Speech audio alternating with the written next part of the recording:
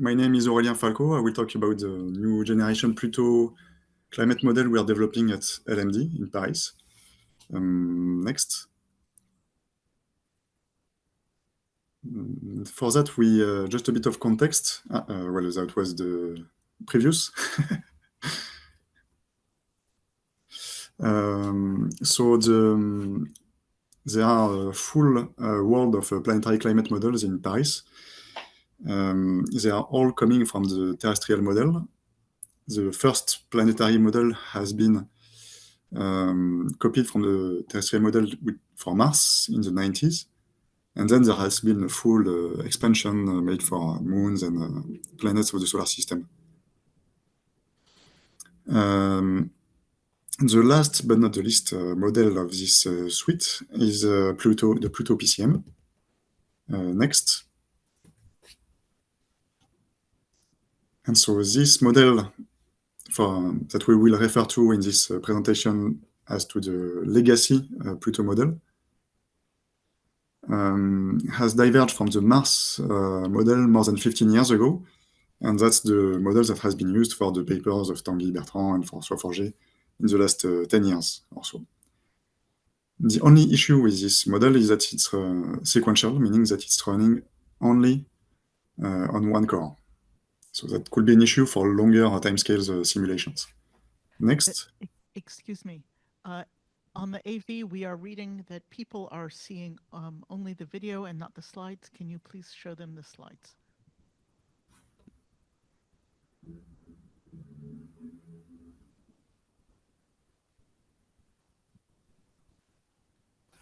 Or maybe I can turn off my camera.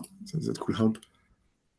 Anyway, so let's continue. So the new Pluto PCM is, we started to work again from the generic PCM made for exoplanets, into which we have reincorporated some elements from the legacy Pluto model, such as the N2 ice condensation, etc. The advantages of the generic PCM is that it's much faster. It has a parallel version. And a second aspect is that it's supporting two dynamical cores, the LMDZ dynamical core, which is like the classic latitude-longitude grid, and the dynamico grid, which is icosahedral. So there is an example on the bottom right corner here on this slide. So basically, it's like a football ball, or like with hexagons and some pentagons in the middle. The advantage of this grid is that it's more scalable and there is no pole, so it's a more homogeneous grid. Next. If we focus on the LMDZ, like the latitude-longitude grid, what we are seeing here are the scalability of the model. On the right, if we focus on the plot on the right, for example, with 12 processors, 12 cores, we see that we are 10 times faster. Next. So the advantage is that we are fast enough now to be able to reach the simulation of a full Pluto year in probably something like 10 days of simulations or less. Next. Just a couple of slides on the validation of the model. In this presentation, there are no hazes included because it will be the focus of the next presentation by Bruno. So here we have only the gas in the atmosphere. And we see on this plot the temperature averaged on longitudes. So the North Pole is on the right and the South Pole is on the left. And we see that we don't find any thermal gradient, such as predicted, for example, by ALMA. So we explain this by the fact that the dynamical timescale is much shorter than the radiative timescale. So it mixes everything too fast, basically. Next. This is a nice animation of the surface temperature. Basically, we see a diurnal cycle here. The white patches correspond to nitrogen ice, so it's at 37 Kelvin. And we see the shape of Sputnik Planitia in the middle. Next. We have confirmed with this new model the retro-rotation predicted by Bertrand et al. In 2020. So in this graph, for example, you see the blue areas correspond to winds that are going westward. Next. We are able to simulate sublimation tides, as was again the topic of Bertrand et al. 2020. What we see here basically is the diurnal cycle. On the x-axis, you have the time. So for every day, you see an alternation between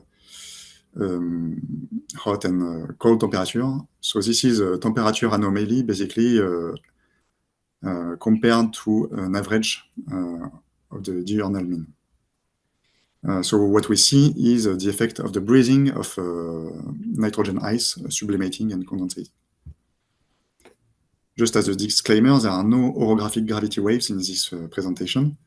Also, they are included in the model. We do not have any, don't have any slides to present orographic gravity waves today. Next.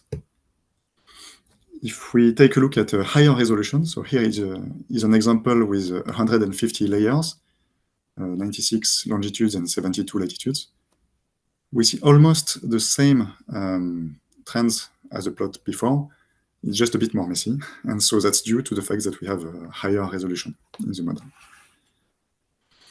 Next. So I've mentioned this dynamical core, which is relying on an icosahedral grid. We see here the hexagons on a lower resolution on the left and a higher resolution on the right. We see the shape here of Sputnik Planitia, which is basically distinguished by its surface pressure. So the two advantages of this grid is, why do we want to use this grid? Is because the poles are not an exception, so we don't have any specifics happening at high latitudes. And also, it's much easier to parallelize and it's much more scalable. So we can use a larger number of cores and we could reach higher resolutions. Next. So that's just an example of simulation using this dynamical grid. Actually, we can pass to the next slide, please. Next. Because I'm running out of time. Just 2 words before the conclusion on the new correlated K-tables that we are developing. So the issue here is that for the gases present in the atmosphere, we were relying on the opacity of CH4 and CO plus cooling parametrization. What we have done next is add in the model the opacities of other species such as HCN, C2H2, and C2H4, which are here in green. So the previous model is in purple, and the new model is in green, with the inclusion of the species. And so we are more able to fit the actual temperature of Pluto with this new species, without relying on a parametrization, manual parametrization, cooling, an artificial cooling. Next. So as a conclusion, in the context of the Sherpa project led by Tanguy Bertrand, so we have implemented this new generation Pluto model, which is much faster than the previous one, and which therefore enable us to go to higher resolutions and to longer timescales. Next. And finally, some perspectives. Mainly, we want to focus on the icosahedral grid of Dynamico. And also, we could go to a really much longer timescales using a planetary evolution model, similar to that what is made for Mars. But that requires a lot of implementation, and so that will be a story for another time. And if you have any questions, well, now will be the time. Thank you.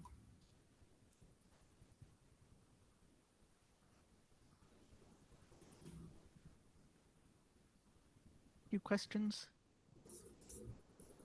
I have one. You said that you don't see thermal gradients. Were you talking of horizontal or vertical gradients? Yes, it's a horizontal gradient. Like we don't see any distinction between the north and the south.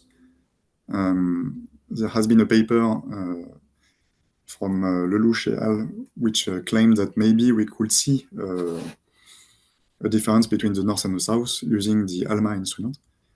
But we are not able to replicate such a gradient.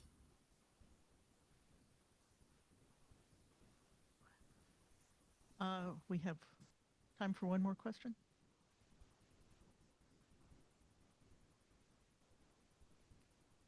Thanks, great talk and great animations. In the animation where you show the surface temperature, it's really striking how the nitrogen covered regions don't get hot. It looks like a hot region passes over and then, disappears and then reappears on the other side.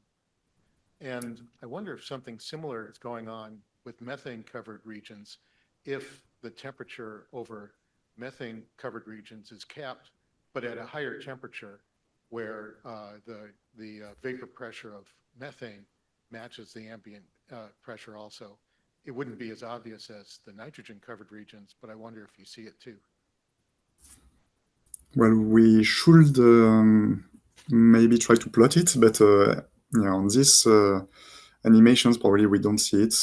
But that could be interesting to visualize. Maybe we have indeed some effect over there.